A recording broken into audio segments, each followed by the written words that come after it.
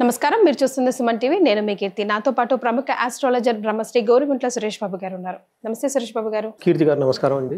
సురేష్ బాబు గారు, జూన్ నెలలో కుంభరాశి వారికి ఎలా ఉంటుందో తెలియజేస్తారా? సో కుంభరాశి వాళ్ళకి మే మంత్ చాలా చేంజెస్ వచ్చిందండి గురుడు మారటం ద్వారా. ఆ తర్వాత ఇంతకు ముందుతో పోలిస్తే డే బై డే వీళ్ళకి చాలా బాగుంటుందండి. అది వీళ్ళకి ఎందుకంటే ఏలినాటి శనిలో లాస్ట్ వీళ్ళకి గురువు కూడా సరిగా లేరు. ఇప్పుడు గురువు అనుకూలంగా ఉండటంతో ఓవరాల్గా ఇంప్రూవ్మెంట్ ఉంటుందండి. బట్ అది డే టు డే స్లోగా ఇంప్రూవ్మెంట్ వచ్చిందండి. అది మనం సినిమాలో చూసినట్టు ఎక్దం అలా రాదు, స్లోగా ఇంప్రూవ్మెంట్ వస్తుంది. బట్ చాలా విషయాల్లో బాగుంటుందండి కుంభరాశి వాళ్ళకి. నేను నా వీడియోలో ప్రతి వీడియోలో చెప్తూ ఉంటాను. అది లాస్ట్ మంత్ చాలా కాల్స్ వచ్చాయి, అంటే మీరు ఉగాది అప్పుడు అలా చెప్పారు, ఇప్పుడు ఎలా ఉందండి అలా. గురువు కూడా మారుతారండి, వెయిట్ చేయండి, వెయిట్ చేస్తే కొంచెం వెయిట్ చేయండి, కానీ బాగుంటుందండి. మీరు జూన్ మంత్ చూసుకుంటే మిక్స్డ్గా ఉంటుందండి. జూన్ తర్వాత బాగుంటుంది వీళ్ళకి. జూన్ తర్వాత ఇంకా అంటే ఏమవుతుంది, స్లోగా డీప్ క్రైసిస్ పాయింట్ నుంచి ఒక్కొక్కటి మెట్టు ఎక్కుంటూ వస్తుంటారు. ఒక డోర్ ఓపెన్ అవుతున్నట్టు అనిపిస్తుంది, ఓపెన్ అవుతూ అనిపెడుతుంది మనకి. జూన్ కొంచెం మిక్స్డ్గా ఉంటుంది, జూలై నుంచి అంతా బాగుంటుందని మనం చెప్పుకోవాలి. ఇప్పుడు ఇందులో నక్షత్రాలు చూసామనుకోండి, ధనిష్ట 3-4 పాదాలు, శతభిషం 1-2-3-4 పాదాలు, పూర్వభద్ర 1-2-3 పాదాలు అంతా మనకి కుంభరాశిలో ఉంటారు. పేరు బలం కనుక చూసుకుంటే వీళ్ళకి గు, గే, గో, సా, సి, సు, సే, సో, దా అన్న అక్షరాలంతా కూడా కుంభరాశిలో ఉంటారు. ఎక్కువ కామన్ పేర్లు ఆంధ్రాలో కానీ తెలంగాణ తెలుగు మాట్లాడే వాళ్ళు కుంభరాశిలోనే ఉంటారండి. పేరు బలం ఎక్కువ మంది దీనికే ఉంటారు అనమాట. బాగా పాపులర్ అయిన పేర్లు అంతా ఉంటాయి. సురేష్, సీను, సీత, గాయత్రి, ఇలా గోపాలి, చాలా పేర్లన్నీ ఇందులోనే ఉంటాయండి. బాగా మోస్ట్ పాపులర్ పేర్లు అంతా మనకి సీను అనే పేరు బాగా కామన్గా ఉంటుంది. సునీత, సురేష్, సుదీప్, సూత ఉన్నవాళ్ళు చాలా ఎక్కువగా ఉంటూ ఉంటాయి. ఇవి కాకుండా మనకి గాయత్రి అనే పేరు కానివ్వండి, గోపాల్ అనే పేర్లు, చాలా పేర్లన్నీ ఇందులోనే ఉంటాయండి. బాగా పాపులర్గా పేరు బలం కనుక చూసుకుంటే చాలా మంది ఇందులోనే పడిపోతారు. అట్లీస్ట్ మనకి 40% పీపుల్ ఇందులోనే పడిపోతారు.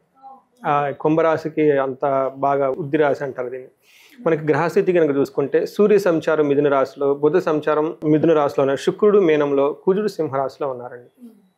ఈ యొక్క గ్రహస్థితిని బట్టి కనుక మనం చూసుకుంటే సూక్ష్మ గోచారం, లఘు గోచారం ప్రకారం వీళ్ళకి ఎలా ఉండబోతుందంటే మానసికంగా కొంచెం అలజడి ఎక్కువగా ఉంటుంది, శారీరకంగా అలసిపోతారు, భార్యతోటి కుమారులతోటి గొడవలు వచ్చే అవకాశం ఎక్కువగా ఉంటుంది.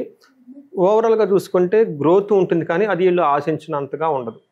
అంటే కొంచెం మిక్స్డ్గా ఉంటుంది అన్నమాట. గ్రహస్థితిని బట్టి కూడా చూసుకుంటే ఇక 5వ ఇంట్లో సూర్యుడు ఉండటం వల్ల ఏమవుతుందంటే 11th హౌస్ని దృష్టి చూడటం వల్ల మిక్స్డ్గా ఉంటుందని చెప్పాలి. ఒక రకంగా వీళ్ళకి మనీ ప్రకారంగా చాలా బాగుంటుంది. అయితే ఛాలెంజెస్ ఎక్కడ ఉంటుందంటేనండి దేహలాస్యం, మనస్తాపం, సుహృత్వేషం, ధనవ్యయం, బుద్ధి చాంచల్యమాప్నోతి, పంచమే రవి సంయుతే అని మనకి సంస్కృతంలో మహర్షులు చెప్తారు. దేహలాస్యం అంటే సోమర్తనం వస్తుందంటే, రెండోది మనస్తాపానికి గురికనే గురైపోతూ ఉంటారు. అంతేకాకుండా సుహృత్వేషం, ధనవ్యయం అంటే స్నేహితుల వల్ల ఇబ్బందులు వచ్చే అవకాశం ఎక్కువ, కూడా ధనం ఖర్చు అవుతుంది. వీటన్నిటికంటే మోస్ట్ ఇంపార్టెంట్ బుద్ధి చాంచల్యం. అంటే మనకేమవుతుంది, 5th హౌస్ వచ్చేటప్పటికి spiritual energy, higher education, strategy, ఇవన్నీ లవ్, రొమాన్స్, వీటికి సంబంధించిన వాటిలో ఎక్కువ 5వ ఇంట్లో ఉంటారు. అక్కడ సూర్యుడు ఉండటం వల్ల ఏమవుతుందంటే బుద్ధి చాంచల్యం, మనసు అటు ఇటు మారిపోవటం, కరెక్ట్గా ఫోకస్ చేయలేకపోవటం, ఇవన్నీ వచ్చే అవకాశం ఎక్కువగా ఉంటుంది. బట్ ఒక రకంగా చూసుకుంటే ధన ప్రవాహానికి అయితే ప్రాబ్లం ఏమి ఉండదు. బేసికల్గా వీళ్ళకి ఫ్రెండ్స్ ద్వారా ఇబ్బందులు వచ్చే అవకాశం ఎక్కువగా ఉంటుంది. తర్వాత కుజుడు అగైన్ వీళ్ళకి ఏమవుతుందంటే 7th హౌస్లో ఉండి 10th 2 దృష్టిలో చూడటం వల్ల 7th హౌస్లో కుజుడు ఉండటం వల్ల ఏమవుతుందంటే అన్న వస్త్రాది రాహిత్యం, టయానికి భోజనం చేయకుండా అటు ఇటు ఇబ్బందులు పడే అవకాశం ఎక్కువగా కాకుండా సదాక్లేశం, స్వబంధువిహి, బంధువుల నుంచి ఇబ్బందులు వచ్చేస్తాయంట. అంతేకాకుండా కువార్త, పుత్రభాతృణాం క్రోధ, పుత్రుల నుంచి తర్వాత సోదరుల నుంచి కోపం గురే అవకాశం ఎక్కువగా ఉంటుంది. చెడు వార్తలు వినే అవకాశం ఎక్కువగా ఉంటుంది. బట్ చూసుకుంటే ధన ప్రకారంగా కుజుడు ధన నాశనం, థెఫ్టింగ్ అయ్యే అవకాశం ఎక్కువగా ఉంటుంది. తర్వాత ఓవరాల్గా చూసుకుంటే ప్రొఫెషన్ మ్యాటర్స్లో ప్రాఫిటబుల్గా ఉంటుంది. ఓకే, మనకి అగైన్ శుక్రుడు మిక్స్డ్ రిజల్ట్ ఇస్తున్నారండి. 3వ ఇంట్లో ఉండటం వల్ల ఏమవుతుందంటే వాణిజ్యం, ధననాశనం, శత్రు వృద్ధి, క్షయం అని చెప్తుంటంట.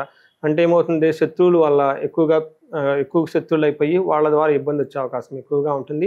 బిజినెస్ రిలేటెడ్ మ్యాటర్స్లో అంత ప్రాఫిటబుల్గా ఉండదు, నార్మల్గా ఉంటుంది. బట్ మనకేమని చెప్తారంటే పలుకుబడి, వాళ్ళకి ఏదైనా కనుక మాట్లాడితే, ఏదైనా కనుక చెప్తే ఆ మాటకి విలువ ఉండి వీళ్ళు చెప్పిన మాటకైతే అందరికీ శిరస వహిస్తారు, మంచిగా కమాండబుల్గా ఉంటారు.